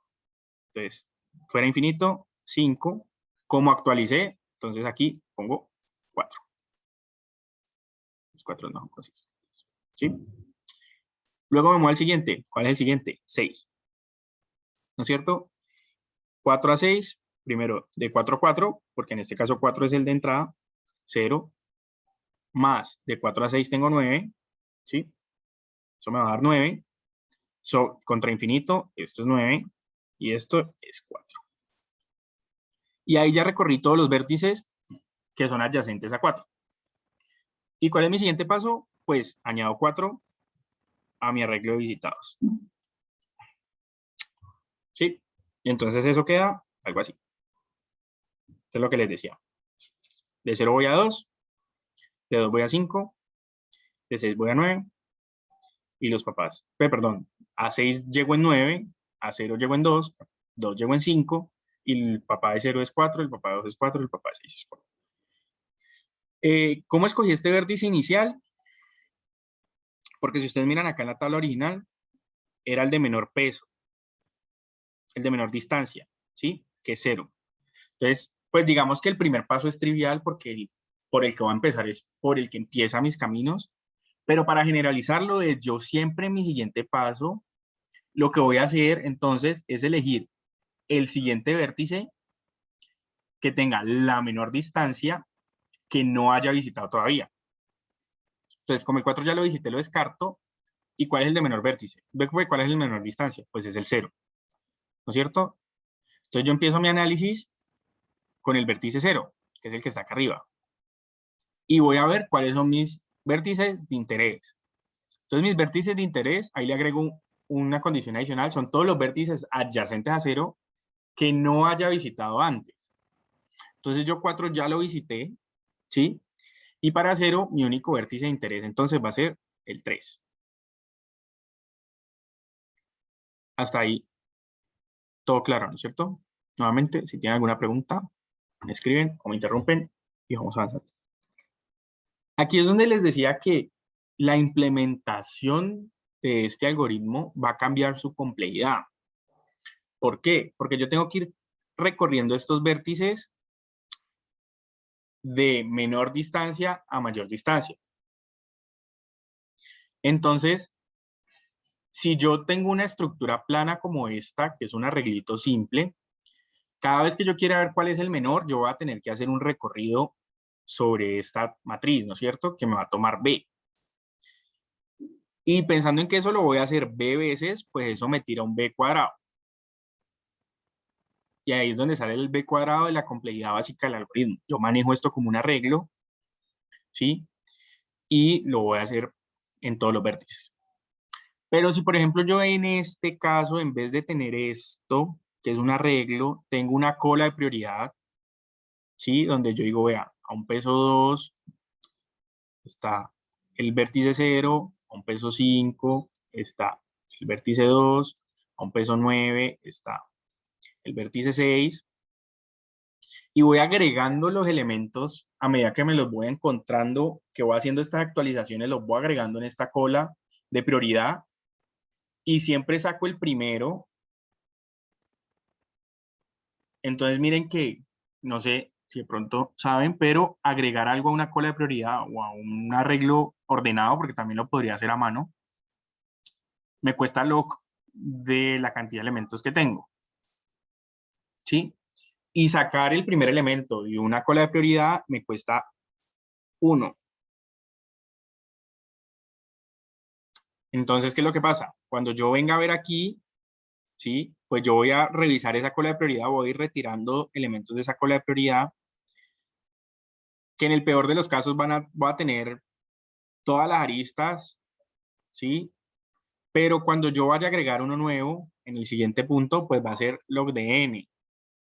Entonces esta complejidad ya no va a ser b cuadrado, sino que va a ser b más la cantidad de aristas, ¿sí? ¿Esto es por qué? Porque lo voy a hacer en todos los vértices y en el peor de los casos voy a agregar todos los vértices nuevamente porque tengo todas estas aristas por la complejidad de agregar, que va a ser el log de n, porque en realidad retirar va a ser 0 de 1. Entonces ahí donde les digo, esa pequeña variante de implementación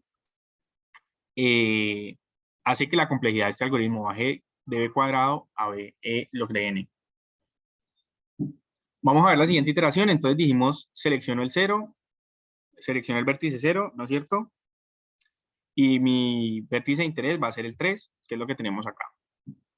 Entonces yo miro, y aquí es donde ya digamos que no es tan trivial lo que habíamos hecho antes, pues porque antes estaba en el punto de inicio, entonces pues eso era 0 y no se veía.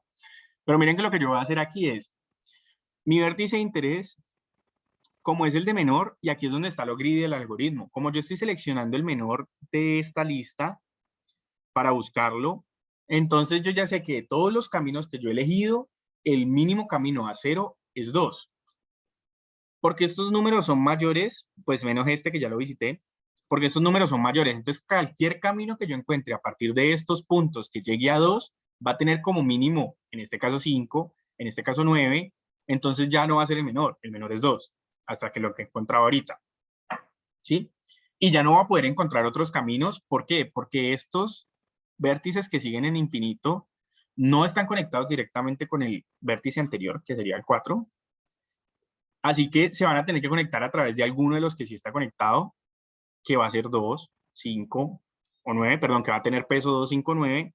Y los otros que están conectados ya, que son el 2 con el peso 5 y el 6 con el peso 9, pues van a tener distancias mayores. Entonces, ese es el greedy de este algoritmo, ¿sí? Que él va a coger en cada instancia, en cada iteración, va a coger el vértice con la menor distancia al origen o al punto de inicio. Y así, pues, como les decía, se asegura. Si quieren ver por ahí en los links, cuando suba el video, yo pongo los links que utilizo abajo. Hay uno de CP Algorithms, ahí está la demostración formal, por si alguien es curioso y la quiere ver. Pero bueno, volviendo al tema de lo que estamos haciendo ahorita, entonces es, listo, voy a coger y voy a calcular esa siguiente iteración. ¿Cómo calculo esa siguiente iteración? Pues miro cuál es mi vértice de interés. Como les dije, los vértices de interés son todos los adyacentes que no he visitado antes. Entonces me quedo con el 3 y aquí ¿qué hago? ¿Cuál es mi distancia del origen a mi vértice B', a mi vértice en el que estoy parado? Pues va a ser 2, que me la está dando la matriz, más la distancia, más el peso de esta arista, que es 4. Eso me va a dar 6 para el vértice 3. Como tengo infinito, actualizo 6 y el padre de 3 se vuelve el vértice 0. Y listo. Y pasamos a la siguiente iteración. Bueno, y agrego el 0, ¿no es cierto?, a la lista de visitados. Aquí está. Pasamos a la siguiente iteración. Entonces, ya visité el 4, ya visité el 0. ¿Cuál es mi siguiente vértice de interés? El vértice 2. ¿No es cierto? Que tiene un peso 5, porque acá tengo 6, 9 y 2 infinitos. Entonces, voy a 2. ¿Cuáles son los vértices de interés para el vértice 2? El 1 y el 6. Y marco el 0 como visitado. Entonces, marco el 0 como visitado. Vamos acá. Estoy parado en 2. Mis vértices de interés son 1 y 6. Recordemos que este yo lo evalúo, pero lo descarto porque ya lo visité.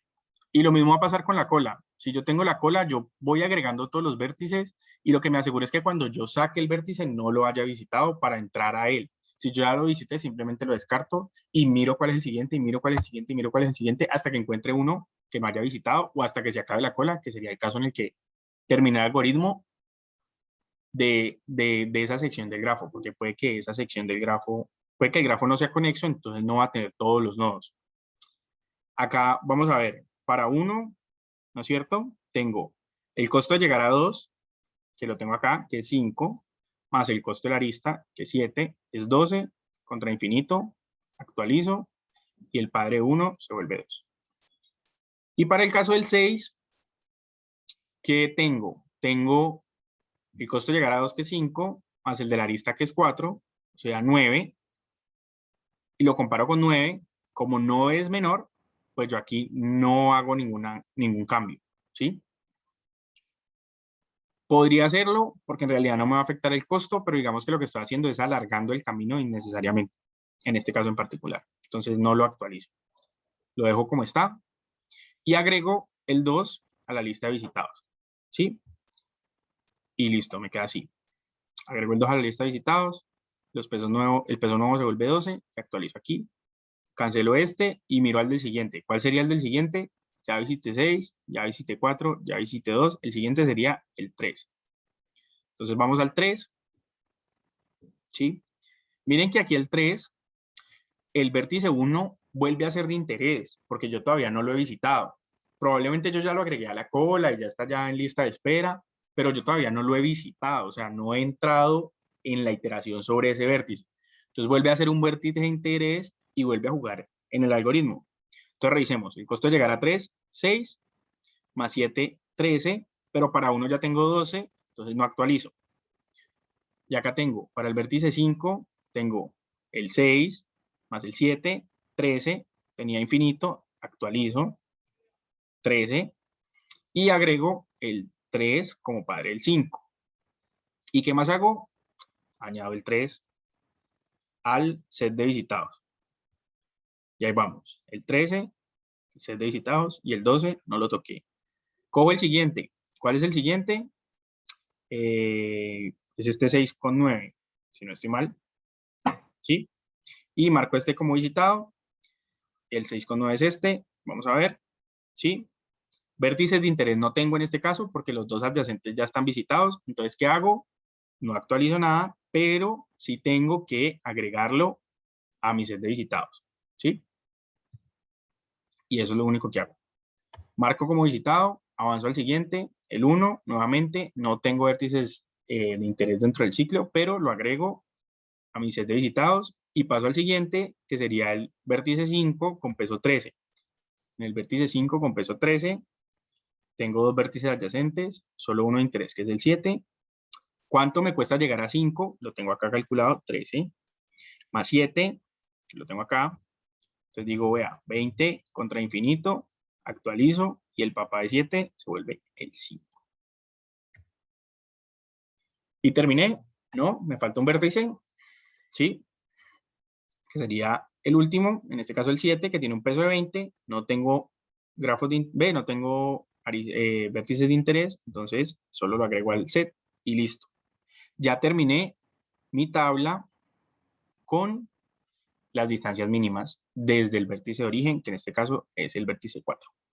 Y adicional a eso, pues tengo mi tabla con mis padres por si quiero reconstruir el camino. Hasta ahí, ¿alguna pregunta? ¿No? Avanzamos. Pseudocódigo. ¿Sí? Tengo la función de Dijkstra que recibe un grafo y recibe un vértice de origen. ¿Sí?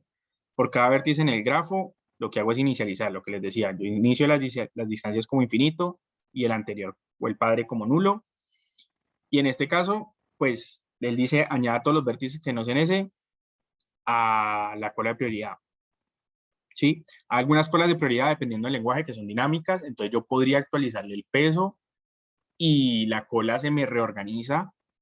La cola de prioridad de Java no es dinámica, no detecta cambios en los elementos, entonces lo que yo hago es añadir un nuevo elemento, o sea, no empiezo añadiendo todos los elementos, todos los vértices, sino que los voy añadiendo a medida que los voy descubriendo, y pues como se mantiene ordenado, lo que hago es ignorar los vértices que ya visité por si un vértice se agrega varias veces, no reprocesarlo.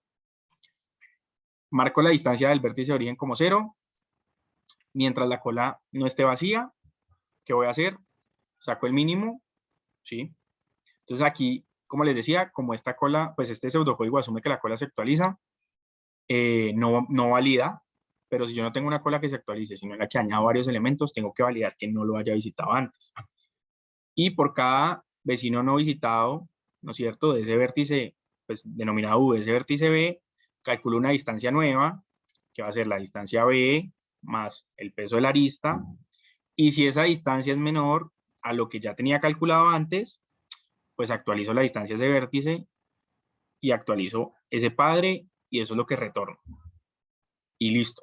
Dijkstra en pseudocódigo. Vamos a ver. Creo que ya se me acabó el tiempo, pero bueno. Ahora tengo 5 minutos. Les voy a explicar cómo se ve Dijkstra en código. Un código en Java, por acá, que está implementado con una priority queue. Ya les dije, la implementación yo la puedo hacer con un arreglo, con el tema de que la complejidad se me vuelve B cuadrado. Entonces hay que estar pendientes de los tamaños de las entradas para saber si me pasa por tiempo o no.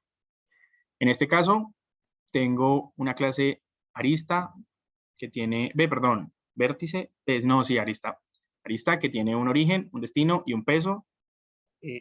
Yo puedo ver el origen, pero bueno, en esta implementación que no la hice yo, la copié por ahí y la revisé y le cambié un par de cositas, pero bueno. Tengo un grafo, que ese grafo tiene una cantidad de vértices y una lista de adyacencia, compuesta por esas aristas. En la inicialización, pues yo inicializo todas las listas de adyacencia, la cantidad de vértices y listo. Cuando yo añado, entonces miren que por ejemplo este grafo está para grafos no dirigidos, ¿sí? Esta implementación está para grafos no dirigidos. Entonces me dice origen, destino y lo que yo les decía, lo que hago es añadirlo en las dos vías, ¿sí? Para poder, pues volverlo dirigido. Y aquí está el Dijkstra, que ¿qué es lo que hace el Dijkstra? Entonces, lo que les decía, esto es el coso de visitados y la matriz de instancias, de distancias. Inicializó con el max value, hay que tener cuidado con este max value. Normalmente es mejor que le pongan max value 2 menos 1, por si en alguna parte del algoritmo lo suman un infinito con otro infinito, no se les desborde y no les genere un comportamiento errático en el código. Creo la priority queue, ¿sí? Acá pues él utiliza un pair de integer para tener el peso y el vértice o el nodo que está asociado a ese peso y los compara por el peso, ¿sí? Entonces aquí pone primero el peso y luego el vértice. Inicializo la distancia en 0. para el primer índice y añado ese primer índice, ¿sí? Aquí está asumiendo que el vértice de origen es 0, que el subvértex es 0. Que acá lo recibe, pero creo que no lo está usando. Bueno. Y agrego ese primer vértice, pues perdón, esa primera distancia a la matriz perdón, a la cola de prioridad. Y ahí entro a mi ciclo, mientras la cola de prioridad no esté vacía, para asegurarme de visitarlos todos. Saco el primer par, ¿sí? Miro cuál es el vértice que estoy, verifico que no lo haya visitado. Si no lo he visitado, entonces lo visito. Traigo todos los vértices adyacentes a ese. Por cada vértice, ¿no es cierto? Miro cuál es el destino. Si no he visitado ese destino, entonces verifico que ese peso del vértice en el que estoy más el peso de la arista sea menor, acá, sea menor que lo que tengo ahorita. Si eso pasa, entonces lo añado a la cola de prioridad, ¿sí? Para que me reemplace el anterior, o más bien para que me cree un nuevo registro con el anterior. Marco esa distancia como la nueva distancia y pues eso lo sigo haciendo hasta que termine. Y para imprimirlo, ¿no es cierto? Lo que hago es devolverme entre los padres, ¿sí? Que creo que... Ah, bueno, este no tiene pares. Este lo que hace es imprimir simplemente cuál es el peso del verbo. Y pues ahí está como la implementación en Java. Y listo, muchachos. Pues eso es todo por hoy. Les quedo viendo la explicación de este problema, que es el B de la semana pasada. Creo que todos están en el grupo de Telegram. Si de pronto alguien quiere algún problema que quiera ver en particular, pues me escriben por ahí. Yo estoy en el grupo, yo soy el que estoy mandando los mensajes de los videos pues, de esta clase y de los contes de esta clase. Les comparto el contest por el chat, los que quedan por ahí. Está por acá.